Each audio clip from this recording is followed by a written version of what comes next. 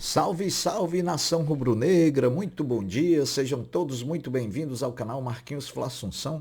Nós estamos chegando na manhã dessa segunda-feira para trazer as últimas informações e as principais notícias do rubro-negro mais querido do Brasil e do mundo, o Clube de Regatas do Flamengo. Eu pediria a você que não é inscrito ainda no canal que você fizesse a sua inscrição, pois ela é muito importante para o crescimento do trabalho, que também você deixasse o like, porque o like sinaliza para a plataforma que você está gostando dos conteúdos, e que também você compartilhasse esses mesmos conteúdos nas suas redes sociais, para que mais rubro-negros possam estar aqui se juntando conosco para debater o Mengão. E por fim, que você ative o sininho das notificações para que o YouTube possa notificá-lo de tudo que estiver acontecendo de novidade aqui no nosso canal. Dito isso, vamos às notícias do Mengão, sem enrolação, com Marquinhos Assunção.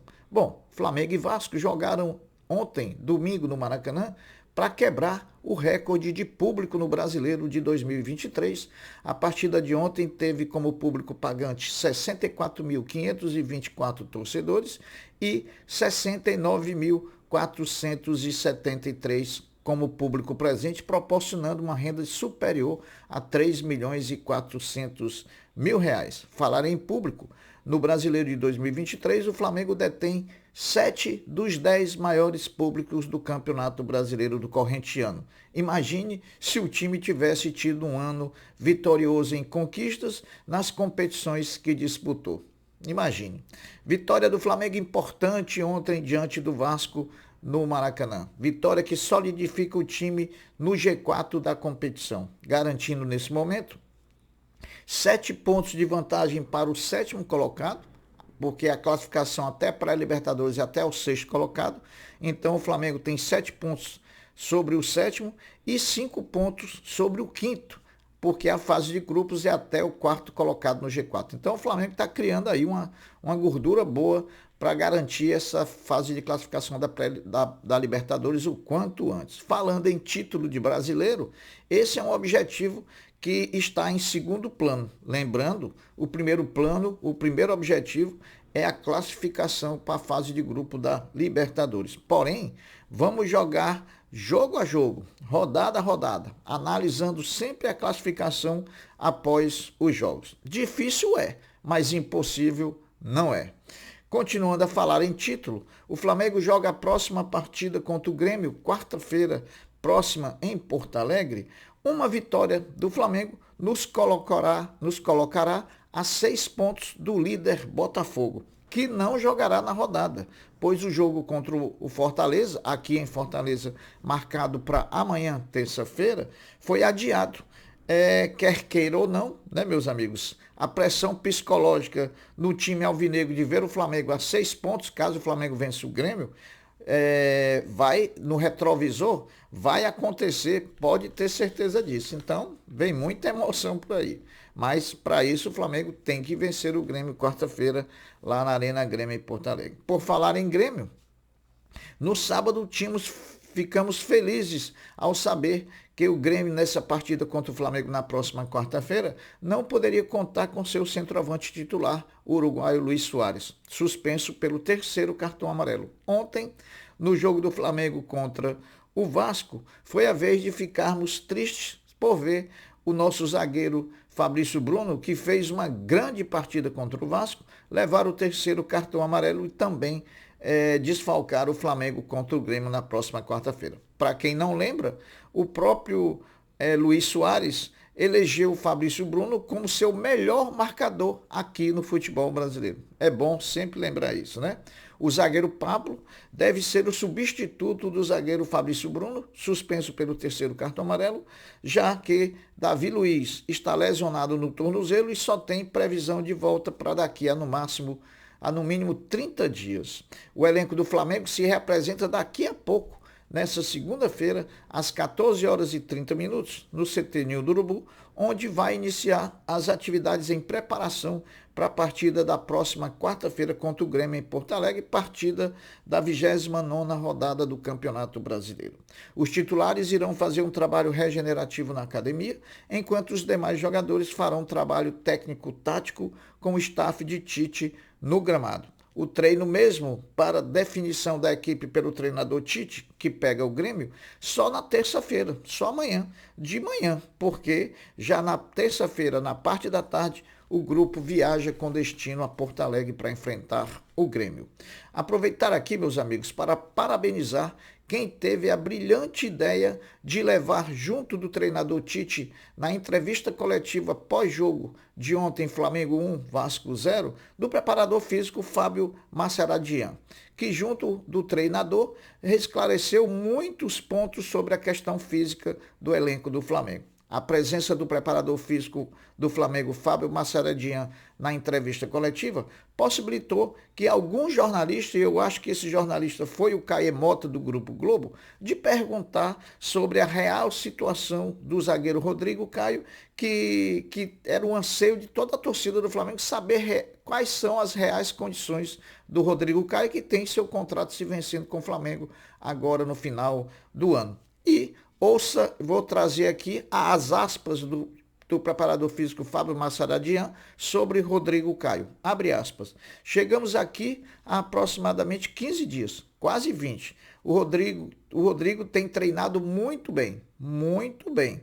Ele está totalmente recuperado, por isso estava no banco de reservas. Ele está apto a jogar. Vem treinando e fazendo tudo que os outros atletas fazem no Flamengo. Então, tá aí, para meia palavra, bom entendedor, basta.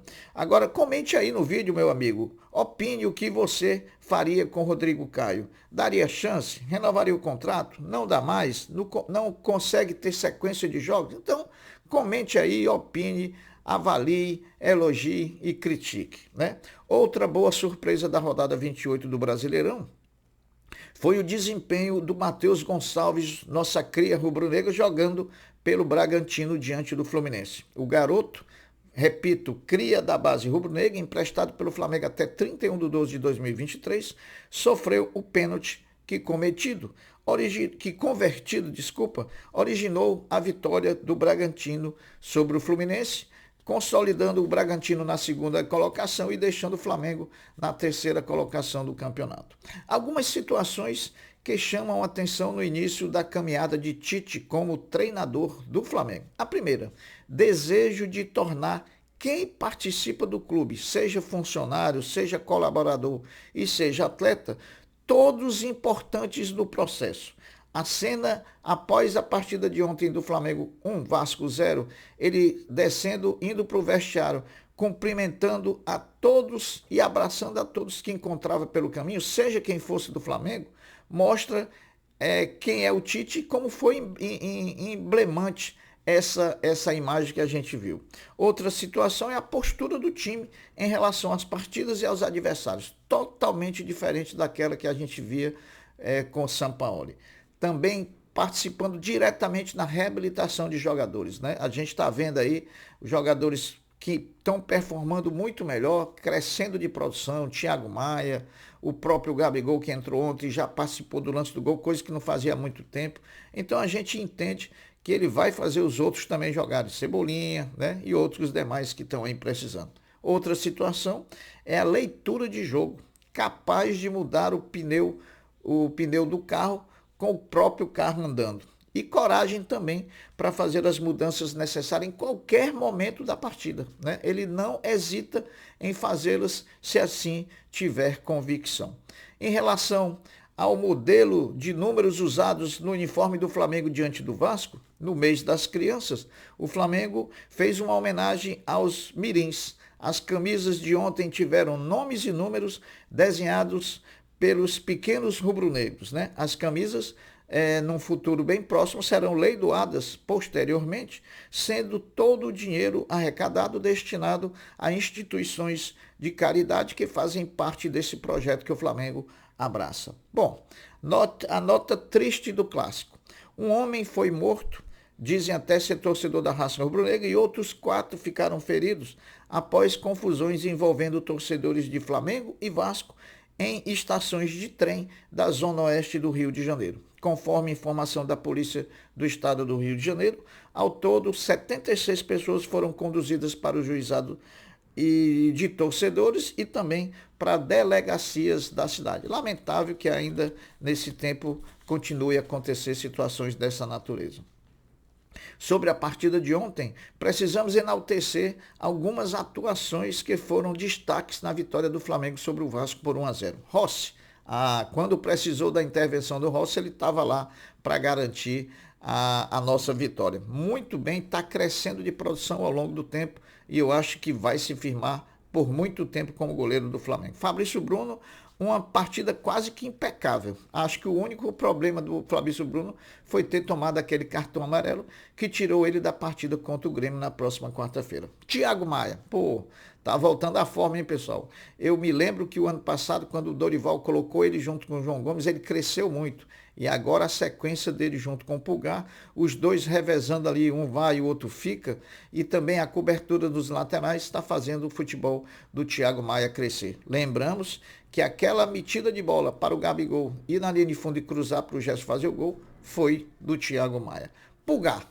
Pessoal, esse seja o jogador do Flamengo mais regular na temporada, né?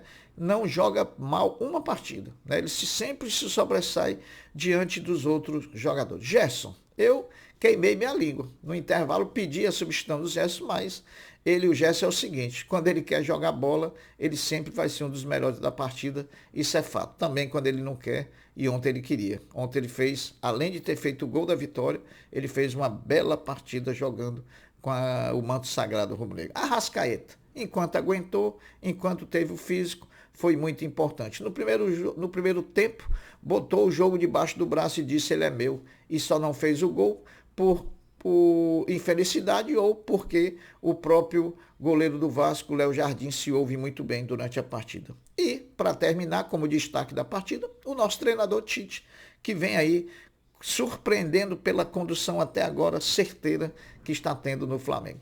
É isso aí. Para finalizar esse giro de notícias, vamos falar da novela Bruno Henrique, né? Cresce a expectativa durante todo o dia de hoje pelo anúncio da renovação e assinatura do novo contrato de Bruno Henrique com o Flamengo. De acordo com o jornalista Vender Casagrande, o craque rubro-negro abriu mão do aumento salarial e também das luvas só para permanecer no Flamengo. Se isso se confirmar, foram infundadas e injustas todas aquelas críticas que foram feitas ao Bruno Henrique, principalmente chamando ele de mercenário. Ou seja, o real desejo do jogador era garantir os 3 anos de contrato que praticamente fazem com que ele se aposente vestindo o manto sagrado rubro-negro. Bom, meus amigos, as notícias são essas, eu vou ficando por aqui, deixando um até breve, um até logo, dizendo fiquem todos com Deus, porque eu sempre estou com ele. Saudações rubro-negras. Fui!